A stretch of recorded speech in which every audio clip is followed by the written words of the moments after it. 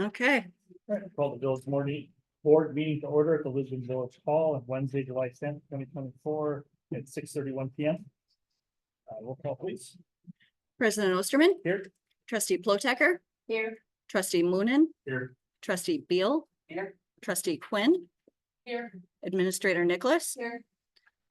Clerk Capazzo Catch to record the minutes. We also have DPW Director Nick Wilikowski present and in the audience. Thank you. All stand for the pledge of allegiance and a moment of silence, please. I Pledge allegiance to the flag of the United States of America and to the republic for which it stands, one nation, under God, indivisible, with liberty and justice for all.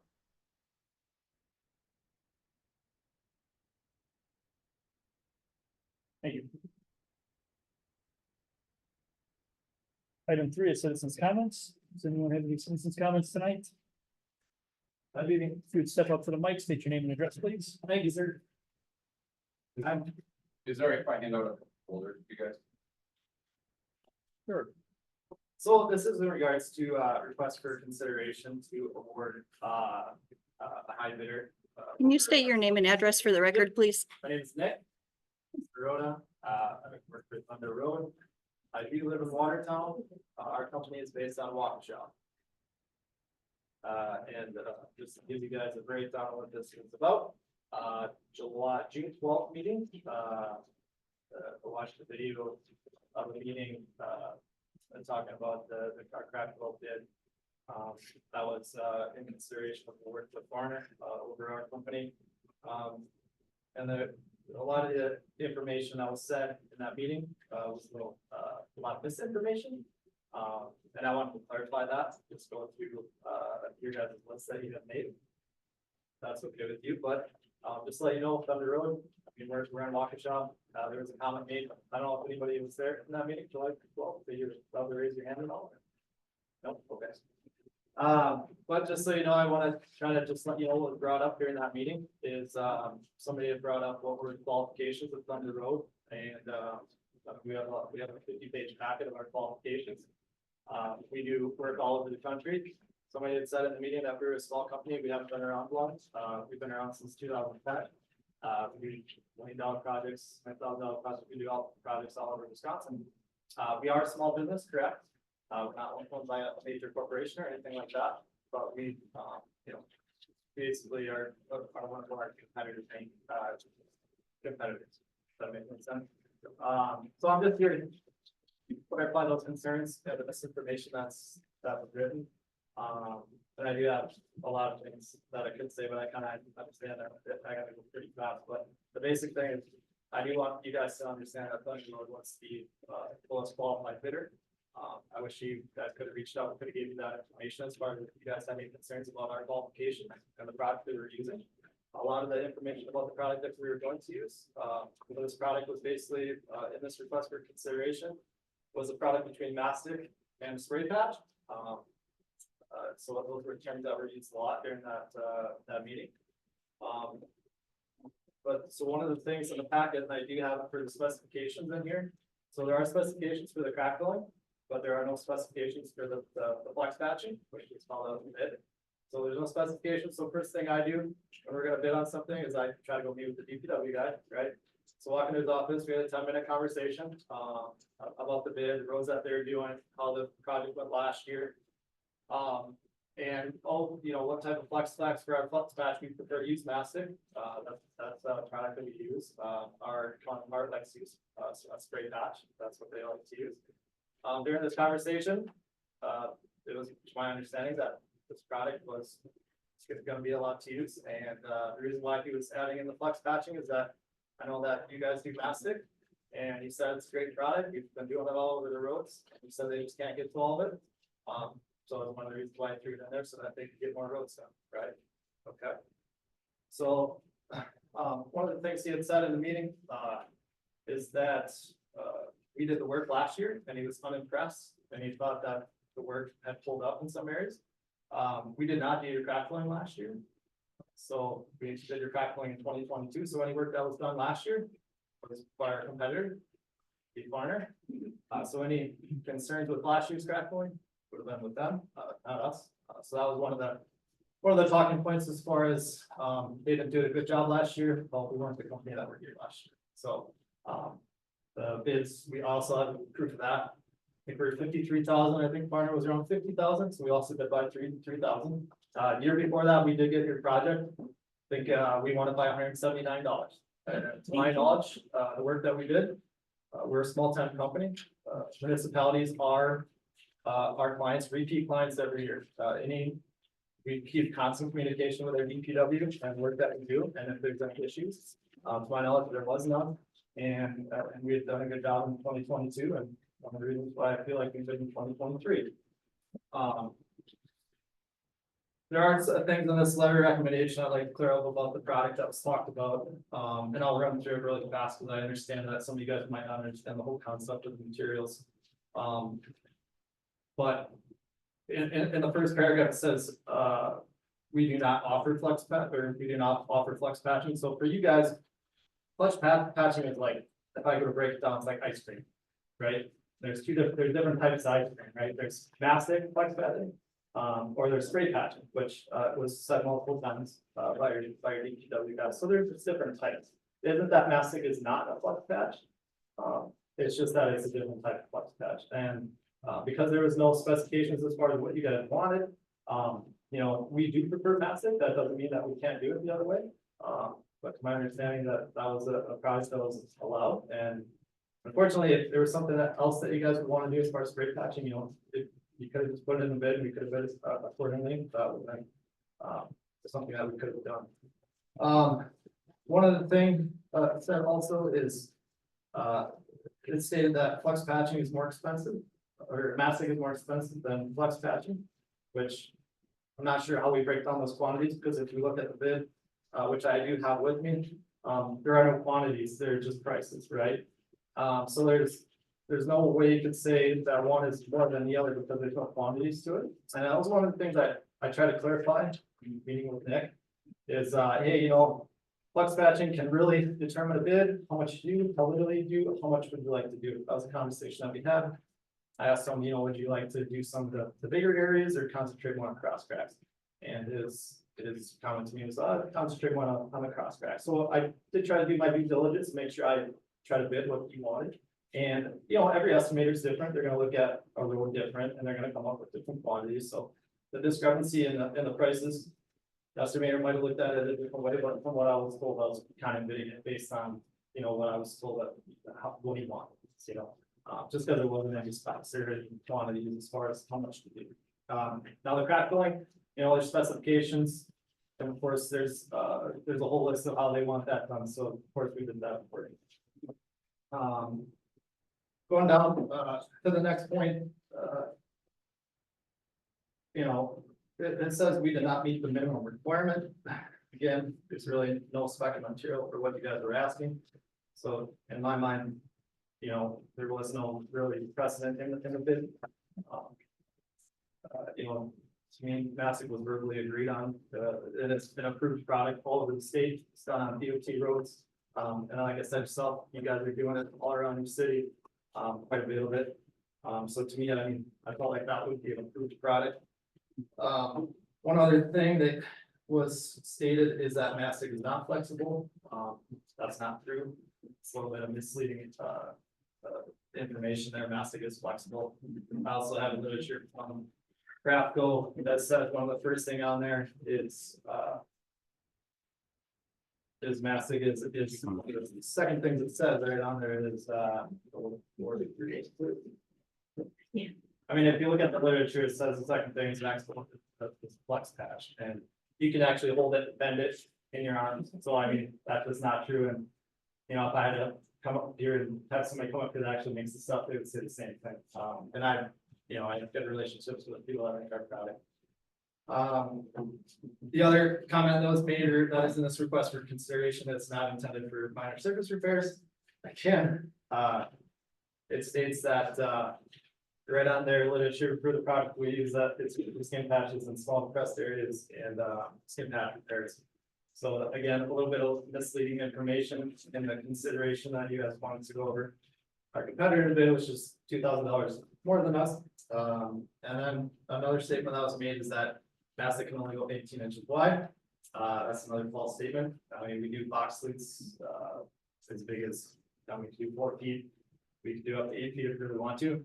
Is it something that you want to do? No, when you get to start to be a little bit bigger, you don't really technically want it. In areas like that, you probably want to cut them off. That's for a different conversation.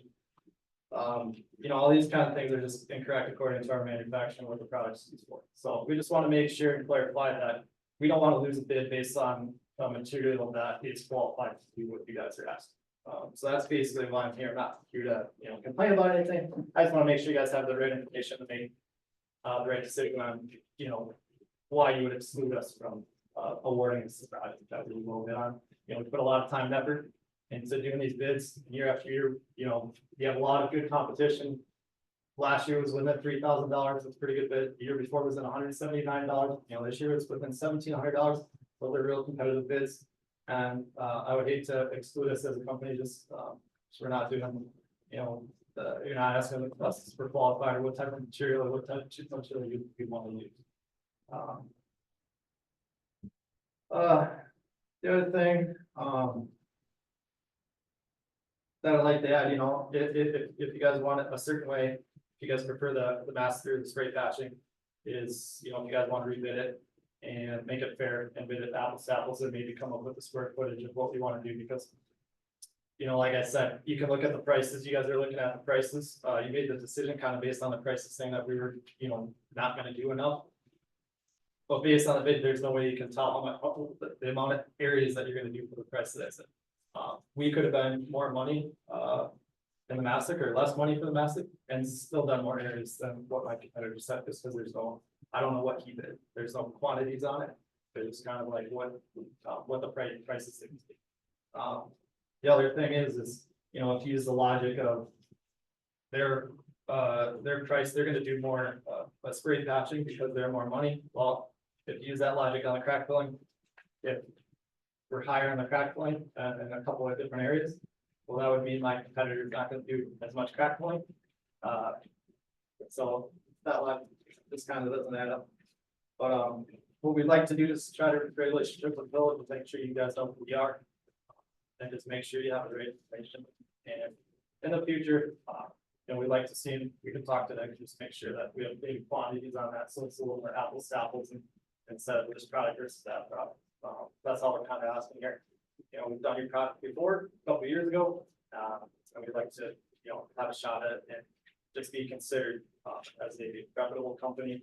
Because I feel like we are overqualified. This is one. Oh, it's really good. Really good, thank you. Hey, All right, does anyone else wish to make any comments tonight? Anyone on Zoom? Anyone on Zoom would like to speak during citizen comment, please use the raise hand function. No hands raised on Zoom. Item 4 then is consent agenda. Items under the consent agenda are considered in one motion unless a village board member requests that an item be removed for separate consideration. We have the June 12th, 2024 village board minutes. We have awarding the baseball field construction bid to KEI for $176,712.91. We have awarding the crack fill bid to Farmer Asphalt Sealers for $99,123. Awarding the chip seal bid to Scott Construction for $168,288.50. Approving the request for stop signs at Harvest Ridge subdivision. Approve the Febrazen repair replace quote for sewer pump. Approving 2-lot CSM for Goldberg at W239 North 9230 North Road, LSBT 0150.993. And approving the developers agreement for Octoberfield subdivision. Does anyone want anything removed for separate consideration, or is there a motion on the consent agenda? Joe, I'd like to take out, item B, award baseball field construction bid to KEI for some consideration. Okay. Pull that one off for separate. Anything else? I'll request C and D. Or something. Indeed. All right, so we would have still under consent. A. E, F, G, and H. Motion to approve those as stated. I'll second. Second. Paula, any discussion? All in favor, say aye. Aye. Opposed? Carries 5-0. Item B, awarding the baseball field construction bid to KEI for $176,712.91.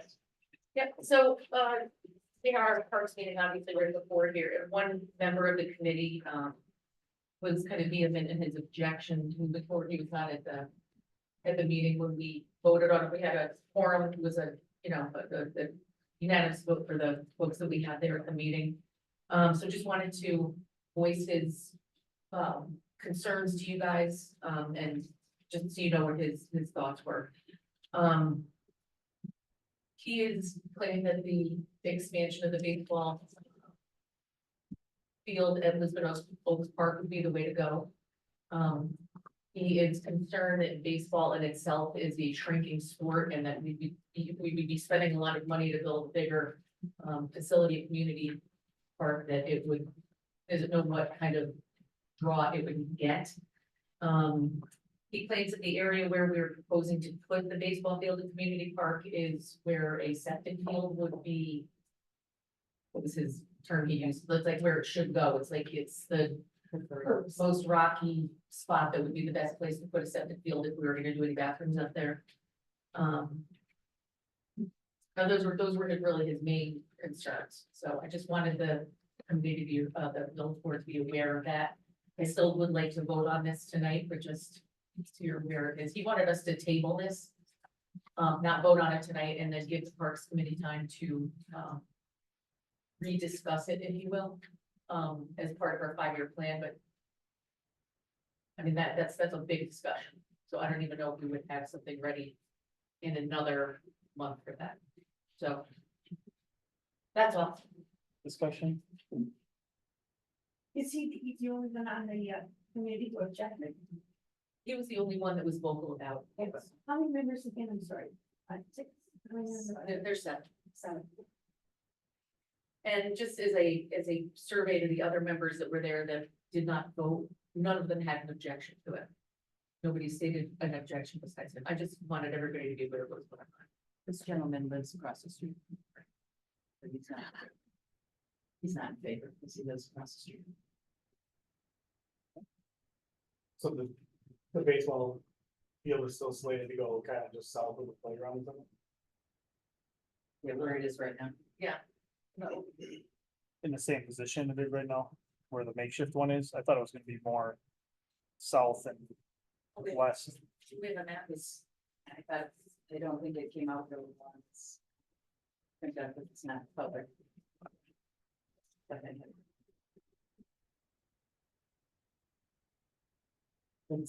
With staff, weighing on any of those concerns. No, Mike was actually the one that brought the group up, that wanted to see it. We thought it was would fit there. But today at the meeting, he stayed silent.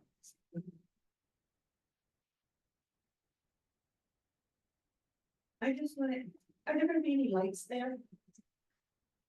They're not at this point. there's no. I'm not gonna lie, I'd like to put lights there. Yeah, but And I did talk to the baseball club that was willing to donate. There's still willing to donate. They now know what the cost of it is, so they'll see what they can do, how much they can put in, and then I did ask them if lights would be even something that they would consider, if it would be helpful or not.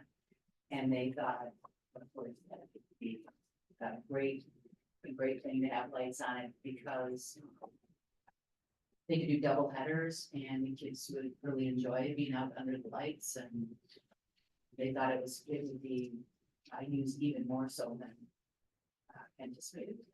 Yeah. I'm sorry, but I think you would get a little bit more pushback from other board members that I did talk to about lights. That they, And that's possible, yeah, because we didn't talk about lights at. we did Parks not, yeah, so that's something. So What's the reason for that? I think that they would member of this across from the, as well. So, I mean, new lights is very directional. They're not like the old lights. right, but there would still be noise and people and such up there. Just, and I'm not saying, I'm not giving an opinion one way or the other, just know that was something that was mentioned is. It was never discussed, it was like, are there any plans for that? I said, nothing has been discussed at this point. So just. There are no other lights at any of our parks, baseball, nothing. Well, we don't have. The only good hope we have a diamond there, there's no lights there.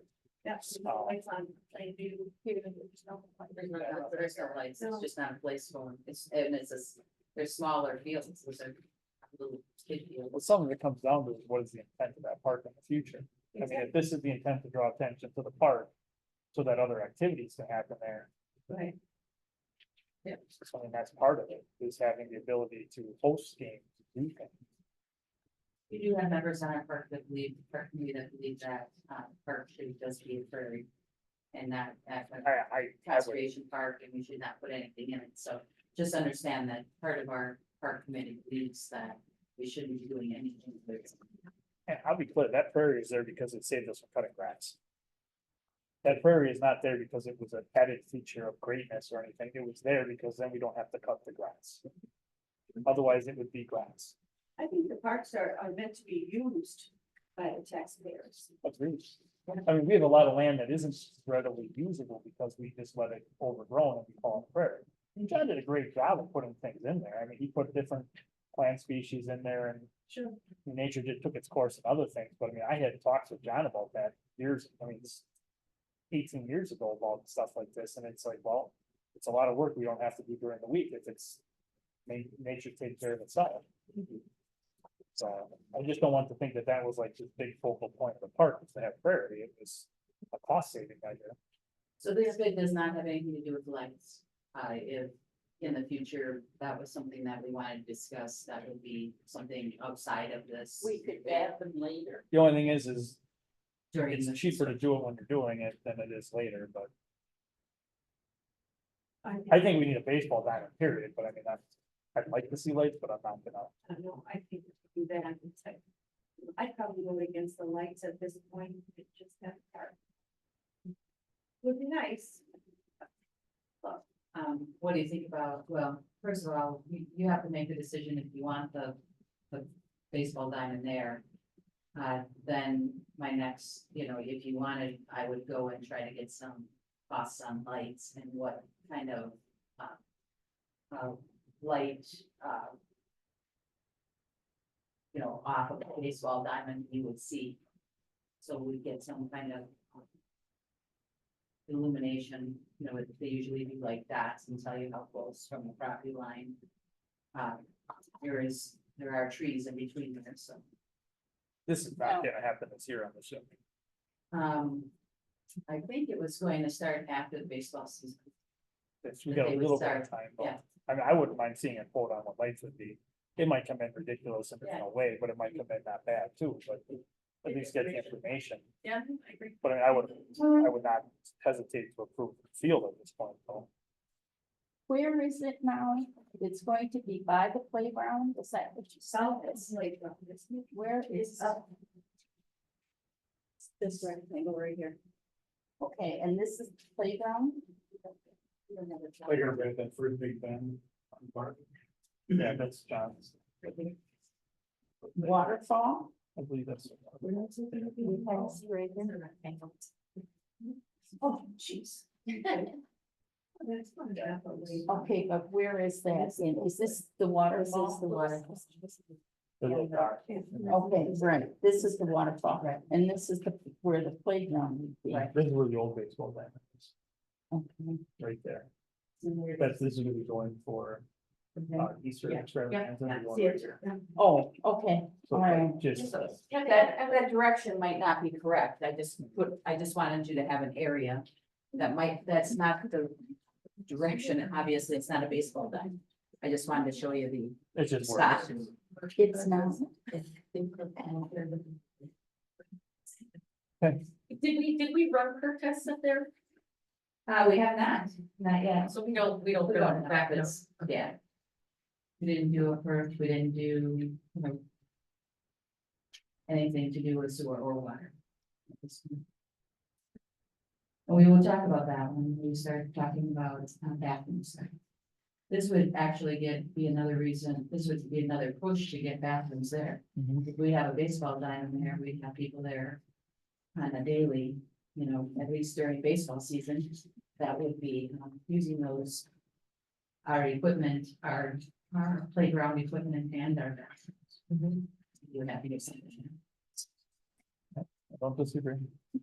So this field placement and direction is negotiable, it's not.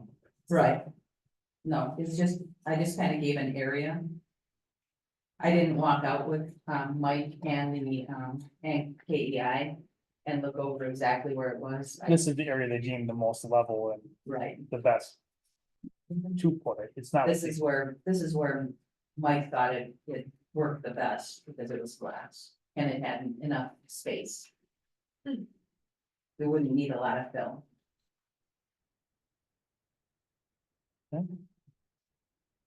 Any other comments or questions? Is there a motion on B? So are we gonna do something about lights or is that a different time? We could bring it back to that. I'll move. I'll make a motion to award the baseball field construction bid to KEI for $176,712.91. Second. Moved and seconded. Any final discussion? I just wanna see, they were gonna donate 21,000 or? They were gonna have another meeting now that we got the price. Uh-huh. I thought they were close to 40,000. Okay. So Off of the the- 176 or Right. in addition there too? off of Okay. and it's more than 176. When you're approving this, you're approving it at a cost of $207,743.91. Right, right. Because it's got the landscaping that goes around it, that work, as well as all the bleachers Yeah, and stuff. So- that's what I was gonna ask. but- So if, depending on how much money that they are willing to donate, that would come off the Who's top of they, this. the park? The, baseball, the junior chargers. Oh, I got you, sorry. Okay. I'm done. Any other discussion? All in favor, say aye. Opposed? Motion carries 5-0. Item C, awarding the crack fill bid to Fronter Asphalt Sealers for $99,123.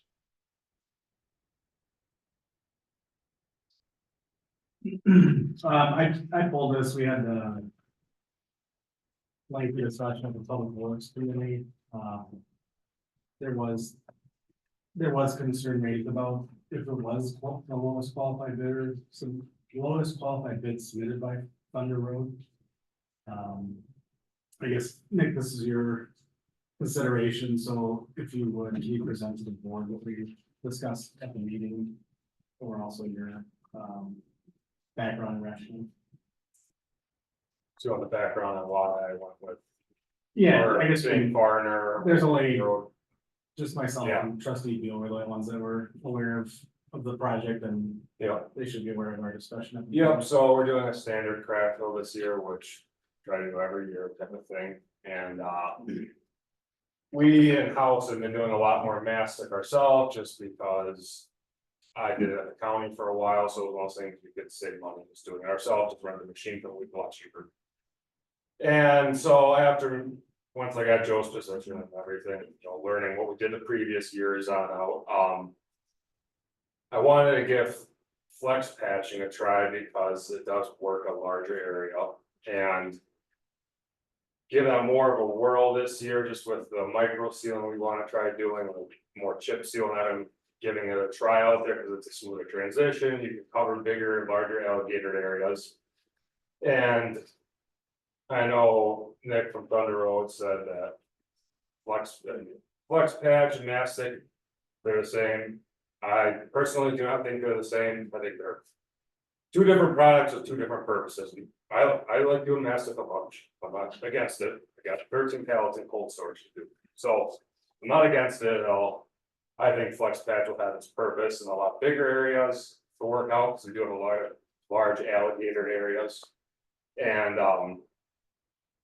the whole talk about does it crack, does it break out, is it soft? Yeah, it's soft in there, but take a hammer, I could break a piece off right now. I could promise you, plows chip it off, it chips off in chunks, doesn't roll the rubber. So I think after it gets seasoned and hardened out there, it does not. It doesn't stay flexible, so I'm gonna tell you that just because I've also milled over mastic and it's not like flex patch with mill over it, so way different than flags up with mill.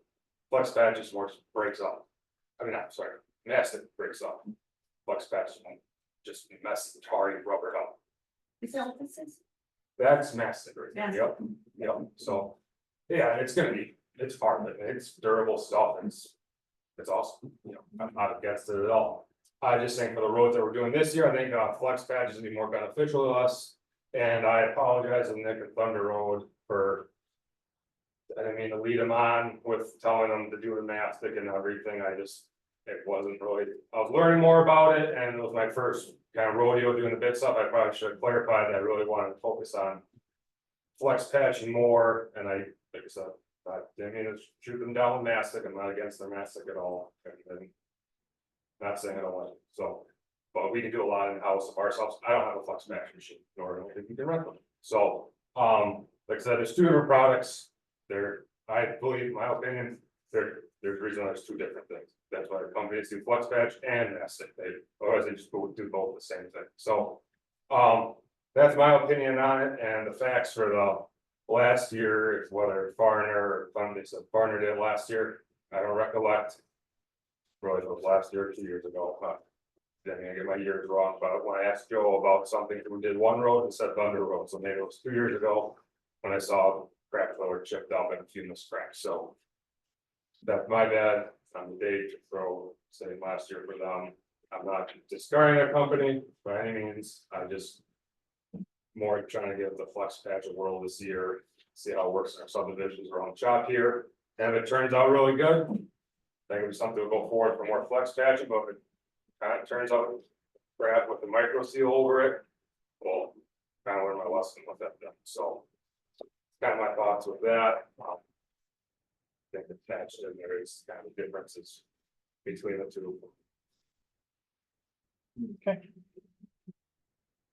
Yeah, so I mean, I guess I'll hit this back to Kathy. I think the board considers obviously the input of staff and the actual application of product, but I also think the board needs to consider that we are dealing with the lowest qualified bidder, and that was, and I know you weren't at the committee meeting, but that was one of the things we raised as a committee.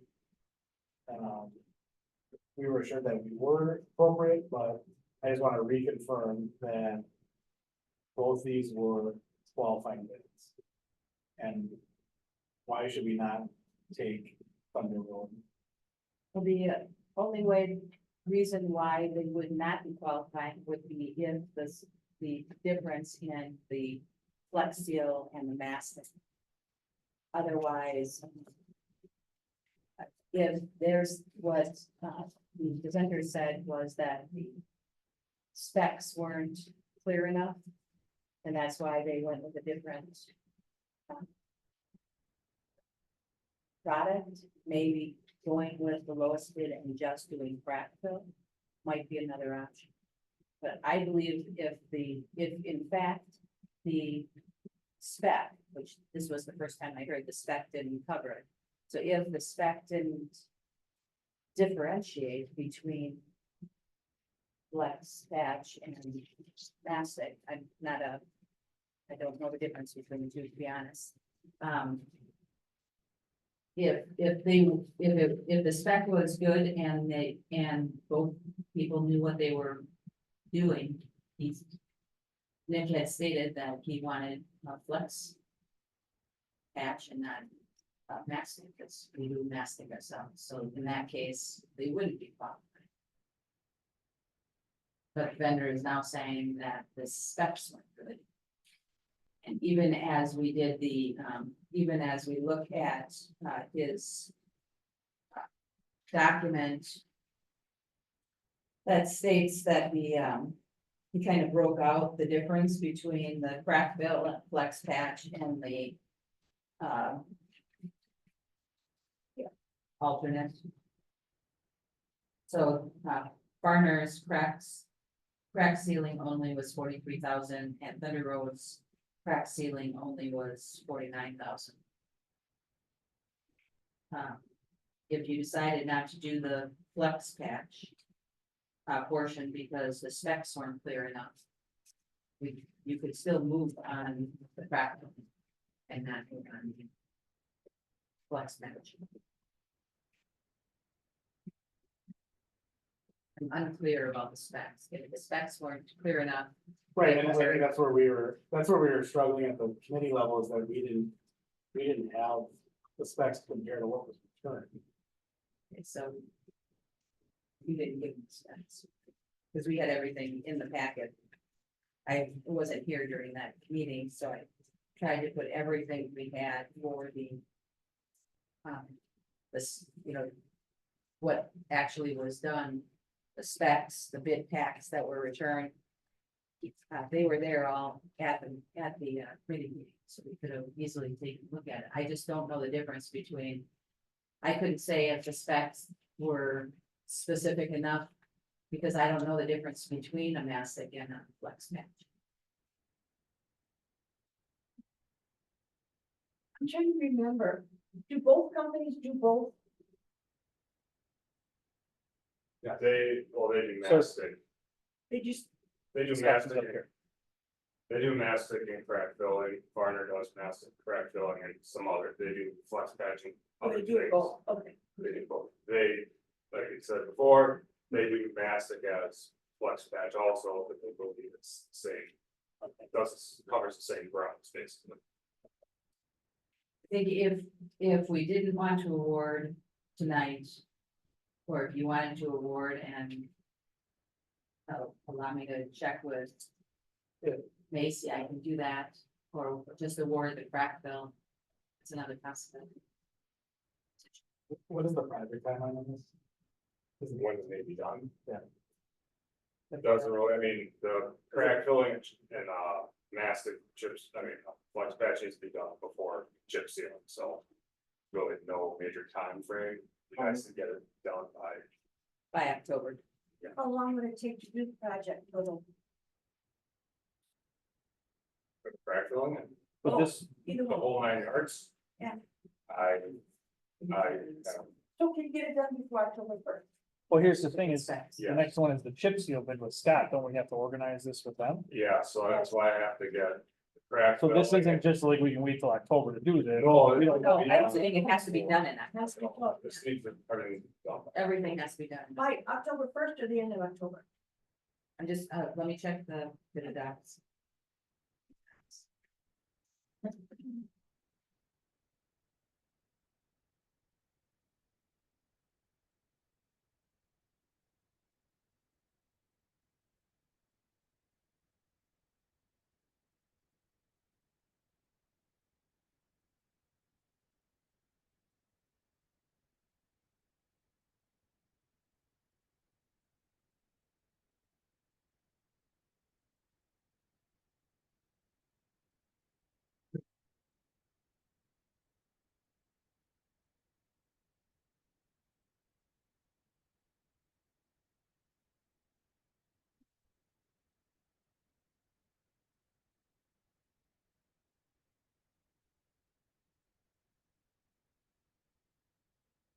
October 6th.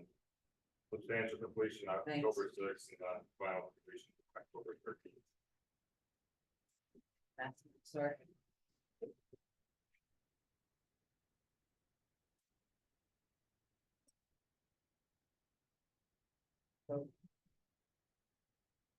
So you have, a couple of choices here. I can step out and see if I can get a hold of Macy and see if he thinks that the specs weren't clear enough.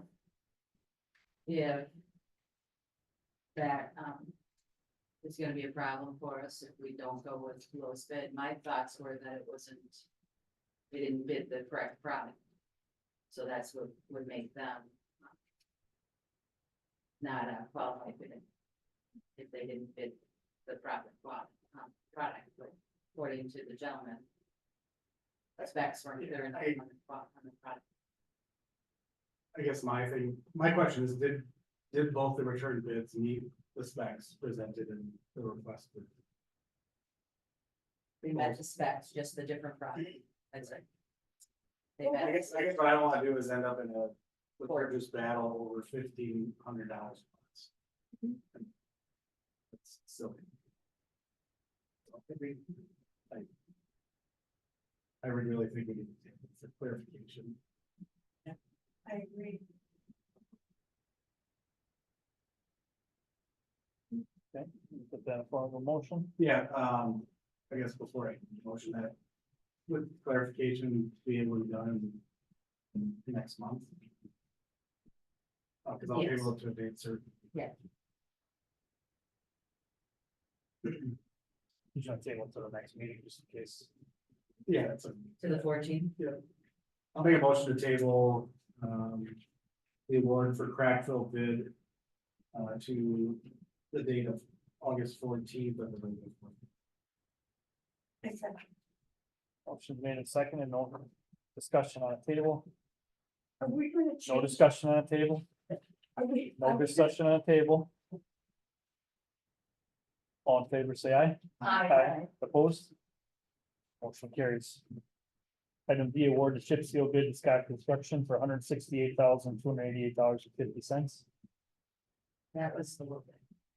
Yeah, so I guess on this one, do we have any ties to the crack fill project? Cause if it is a completely separate entity, Yeah, it's completely separate. Has nothing to do with it. It's like the baseball field and the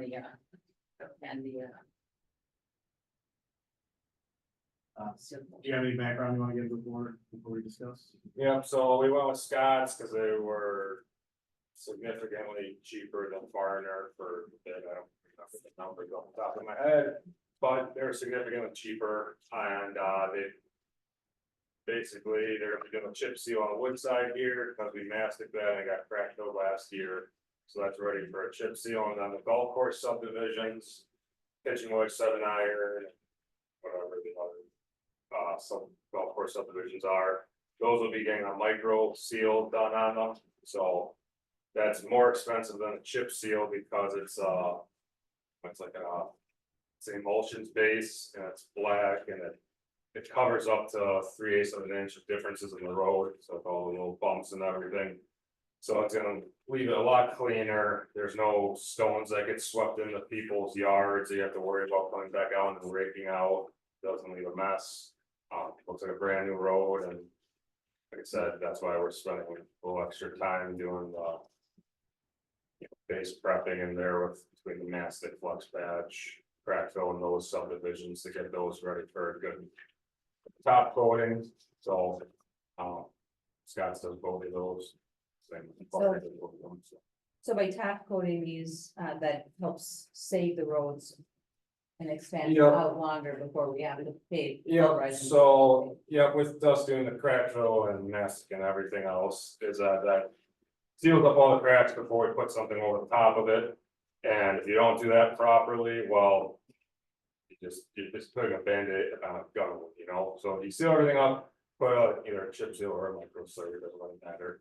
Put that over the top, it covers the asphalt completely over your patching and everything. And it should help it extend the life of the road before we start getting more potholes, more breakouts, more cracks and everything. And plus the plus side of it being for the micro slurry, it's black. That's gonna help us in winter for melting purposes and everything. Like I said, there's no mess with micro slurry at all. That's why Joe in the past has been on edge with doing subdivisions because chip seal. Chips that get flown out into the grass and people, like whatsoever. So there is an alternative to fixing a lot of subdivisions just because they haven't been chip sealed or nothing's been over the top of them besides basic crack filling and they're just gonna turn out like blue heron and mountain shadows in no time. You got multi-million-dollar paving job if you don't get anything on the top of them. So micro slurry is a nice thing so that it's clean. There's no mess, no one should be calling complaining that they got stones in their yard or anything, and it's, I think, a little higher quality of a product. And that's why I kind of doing the subdivisions here, it's all close together and everything. Giving it this little section of world, see how everything holds up and everything, kind of stuff. Test the waters.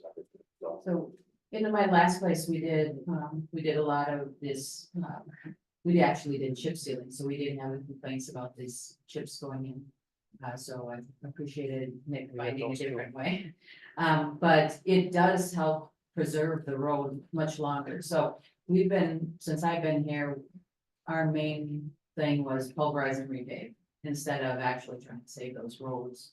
Nick's brought in possibility that we could extend those roads another 7 years or so, and maybe even seal coat them again, get another 7 years out of them before we're even getting close to the time when we have to pulverize and repave, which is very. Which we did for a long time, we just went away from it. They actually have that slag, sure we use, and that was Yeah. like the cat, that was the cat daddy back then. But it went away. It went away, so you can't get it no more, and that's why everyone probably doesn't chip seal subdivision. Why'd that go away? I think, company bought it out and took it all for themselves, no more getting it out, I think he also ran out too. I thought it was like summer, they have to bought it out and they just. Yeah, 'cause I think at one point we had to do like granite. Yeah, so that's, the chip seal is a granite chip, you Yeah. know, so, and the good thing with a chip seal is more, when they lay down the oil in the there, it's flexible. So there's flexibility in it. With a micro slurry, as long as you do prep the base properly, just like if you're gonna do concrete or asphalt or anything else, you prep the base properly. It does make micro cracks, but it's just like surface, they don't go all the way through, you can't stick a needle through, they just surface it, there's a lot more brittle but harder of a surface versus a chip seal.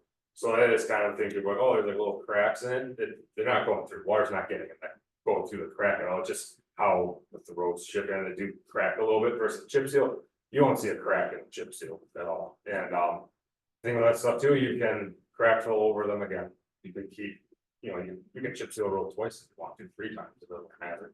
And then there's different, a whole nother topic for another day, but there's different combinations of doing a chip seal with a micro slurry over the top, because you get that flexible membrane on the bottom, then you put that micro slurry on top, which will stiffen it up, and so there's tons of different ways to do the whole overlaying thing, but the big thing is the subdivisions, in my opinion, just because they haven't been neglected, but they haven't had an opportunity to get something worth putting down without getting tons of phone calls and sweeping. So, just so everyone's aware, we did put a base out, and then we also asked for 2 alternates with it. When we put the base out, Scott did come in, but when we put the base +1, Farner came in, and then we added the second alternate, that's when the bid went back, lowest qualified is Scott, so. The committee thought it'd be best to do base plus both alternates, and that's where we came up with the recommendation for Scott. What was done over here in Tamarack? Tamarack, so that's a slide. No, Okay, yeah, I was just kind of wondering. you know, So, we have to talk about funding also. So, because we didn't put this in our budget, for, maintenance. But we, reduced our paving budget, by not doing some of the paving that we were going to do, due to the fact that we were only gonna do like 1 road in a subdivision on a whole different side of the, area.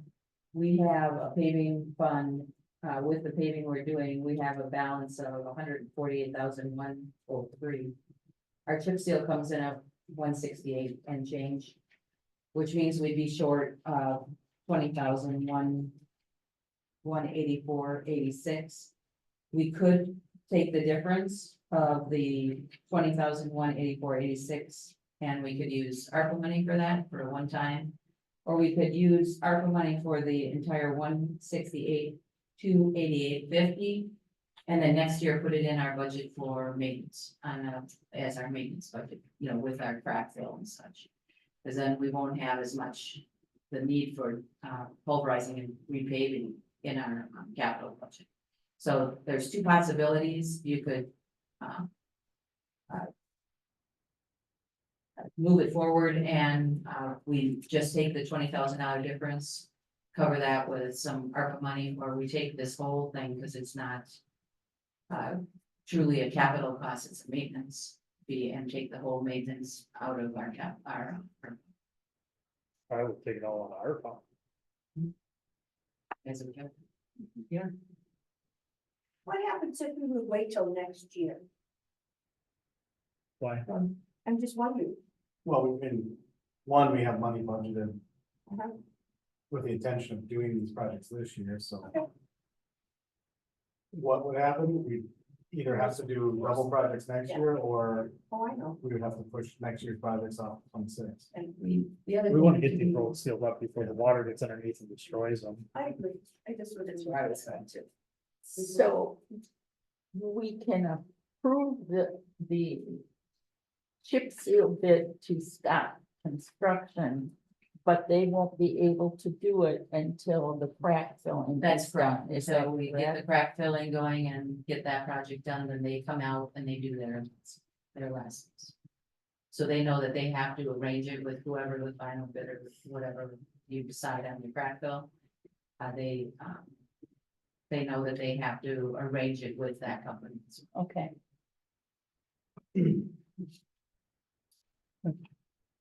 I'll make a motion to approve the award for chip seal bid to Scott Construction for $168,288.50. Is there a second? I second. Right, Linda, any other discussion? do we have to put in there how we're gonna pay for Can you take it that we're gonna take it out of our, Motion okay with that?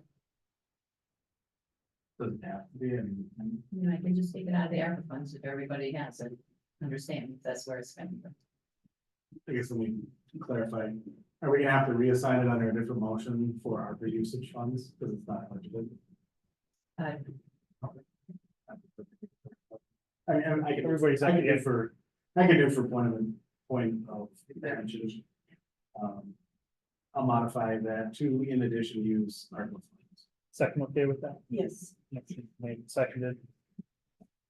Everybody understand the motion? Yeah. Any other discussion? All in favor, say aye. Aye. Opposed? Motion carries 5-0. Mr. President, I wanted to know if the person that made the original motion on the consent and the second would, did you include the recommendation and conditions where applicable in your motion? And if you didn't, would you be willing to make that? Plan commission recommendations and conditions. Recommendations need to have their conditions and recommendations. We'd have to have a motion to reconsider the consent agenda motion. I'll make a motion to reconsider the motion for the consent agenda. Is there a second to that? I second. All in favor? Aye. All right, Thank you. I just want to make sure that they're covered. so we had, I don't remember who made the motion. Mark and Paula. I'll make a motion. I'll make a motion to approve the consent agenda items A, E, F, G, H. Including all planning commission recommendations, conditions. Second to that, I'll second it. by Paul, any other discussion? All in favor, say aye. Aye. Opposed? Motion carries unanimous. Thank you. Item 5, accounts payable, A, authorizing the payment of the Falls Auto Parts 523 bill for $641.68, 6/5 for $697.68, and 7/3 for $28.76. Questions or comments? Is there a motion on that? Motion approved. By Raymond, is there a second? I'll second it. By Becky. Any discussion? All in favor, say aye. Aye. Opposed? Motion carries 4-0. Item B, authorizing the payment of the remaining bills dated 6/28 for $274,423.46 and 7/3 for $49,314.71. Our top five expenses were, $84,416.56 to U.S. Bancorp, $74,606.58 to Wisconsin Waukesha County Treasurer, $27,923.97 to Night Shore Outdoor Lighting Program, $15,000 to Care Home bond refunds, and then $10,062.57 to hands-on Blue Cross Blue Shield.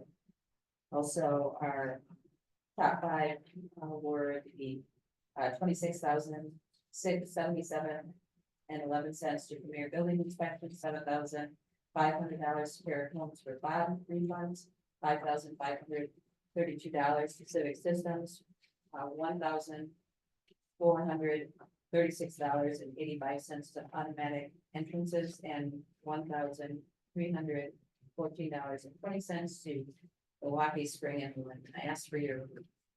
Questions or comments, or is there a motion? I'll make a motion to approve the check register dated 6/28 and 7/3 as presented. Is there a second? Second. Mark, any discussion? All in favor, say aye. Opposed? Motion carries 5-0. Item C, authorizing the payment of utility district bills dated 7/3/2024 for $43,509.66. That is different than what is listed in there, so just note the change. So, our top five are Kunkel Engineering for $6,516.25. The sewage treatment expense for Sussex, maintenance repairs and utilities is $21,498.52, and then civic systems for $9,100. Ask for your approval. Questions or comments? Yes, I have a quick question, a couple of them. I'll talk to you about the audit. Gosh, I thought it was already paid, we're still paid for the audit. Okay. And some of the money that from the $21,498 is for Quick Trip, Pepsi and Pontiac, and it's all the TIF district over there. Does utility pay that, or does this TIF district pay? Utility pays. You did, 'cause last time they had paid for something. So they did pay for the actual, work, the infrastructure. The infrastructure was all paid for by them. But this is maintenance and sewage, that's all done by Sussex for the users of the system. So that would all be part of the users, they pay their fee as well. Okay, oh yeah, I know, I'm not disputing that. Okay, that's fine. I was just kind of wondering if it was the TIF, but if you do. No. Okay, thank you. Is there a motion on the utility district bills? I make a motion to approve as presented. I'll second. Or Paula? Comments, questions? Can we specify that that doesn't include that $150 check that was printed on the register by accident that was then highlighted in red? Yeah, but they approved the line 509 already without. The 43,509.66. Correct. Correct. Second was. Mhm. Oh, Paula, sorry. Yes. Okay, all right. Mark, did you have something else? That was just me, my clarification. All right. Any other discussion? All in favor, say aye. Opposed? Carries 5-0. Item 6, announcements and correspondence. With the Public Works and Utility Committee meeting on Wednesday, the 17th at 5 PM at the Village Hall. Joint public hearing and plan commission meeting on the 24th at 6:30 PM at the Richard Young Fire Station. We have the statewide fall primary election on August 13th, both open at 7 AM and close at 8 PM. We have the Parks Committee meeting on Wednesday, the 14th, August 14th at 5 PM at the Village Hall. And then the next village board meeting will also be on the 14th at 6:30 PM at the Village Hall. Does anyone else have any other announcements or correspondence? Can I just verify that we will in fact have a quorum of the village board available for that joint public hearing? Because it is regarding a rezone. So we do need a quorum of village board members there as well as plan commission. I can. You are, Are you both present? this one. You're here? Okay. There's one. Mark Rafala, is one of you available for the public hearing? I'm sorry, Wendy. Wednesday, the 24th, 2 weeks from today, Wednesday, I have it 6:30. down. That's weird. Zoom is fine. Anybody? I'm gonna be flying, so no, I'm not able. I do it. Mark, Zoom? Okay. Mark, Zoom, wonderful. Mark. Thank you. Item 7, administrator report. All I have today is, I've been working on code pretty regularly, and then the work that I, did with the fire contract. Major portion of what my last month was. Questions for Kathy? Right, item 8, new business, A, discussion necessary action regarding determination of the class 2 co-location for AT&T. Sure. So this is, something that we've seen quite a bit recently. In fact, we just recently had, a different co-location on this same tower, I believe 2 months ago. Orin has prepared a staff report for you. And there is a recommendation on page 3, recommending determination that the wireless telecommunication facility modification and equipment compound expansion request for AT&T Mobility determine it to be non-substantial, subject to the conditions contained in Orin's report. Questions or comments? We've done a few of these now. Petitioner is present in the audience if you have any questions for him. Anyone? Look for a motion?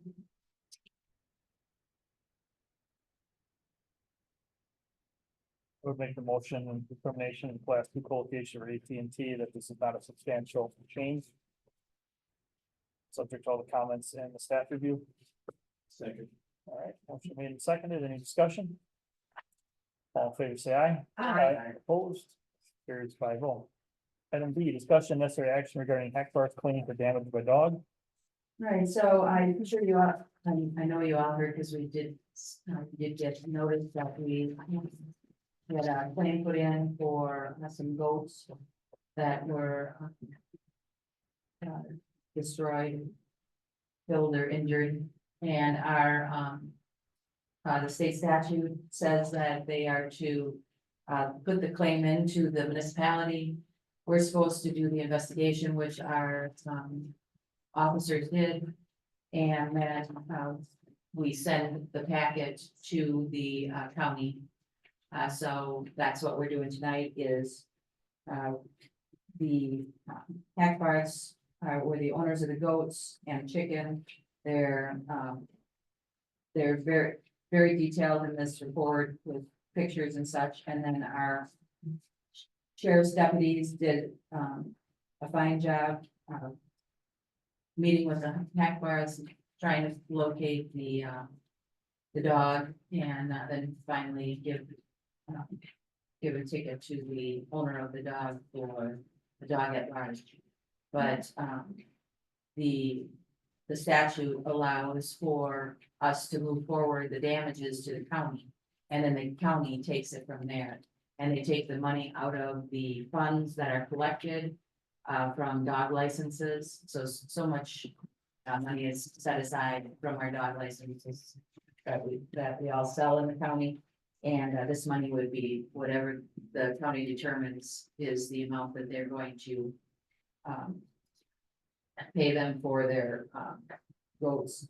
So I did get one thing that's not in your packet. This morning, we did get a cost basis for each of the goats.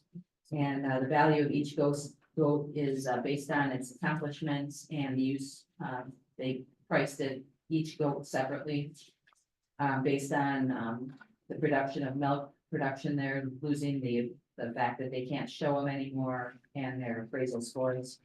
So the cost of the deceased goats, 6 goats at $6,800. The 3 surviving goats, which still they may have affected their infertility and their milk production. The 3 goats that were injured, that cost of $3,025. So it's just under $10,000 in the claim. With a motion to move this forward, looking for a motion to move it forward to the county. We're not certifying the dollar amount. That's their job. Just We're that we did the certifying, claim. we've just Yeah. been certifying that the claim was Right. valid. Yeah. Essentially. Questions or comments? I'll make the motion to certify that the claim for damages caused by a dog at large was submitted in a timely manner and that has been thoroughly investigated, and direct the clerk to send certification claim and investigative report to the county prior to July 14th. Is there a second? Second by Linda. Any discussion on this? Hearing none, all in favor, say aye. Uh, Opposed? Carries 5-0. Item 9 is adjournment. We need a motion for that. Make a motion to adjourn. All right, is there a second? Second by Mark. Discussion, all in favor, say aye. Aye. Opposed? We're out at 7:36. Wow.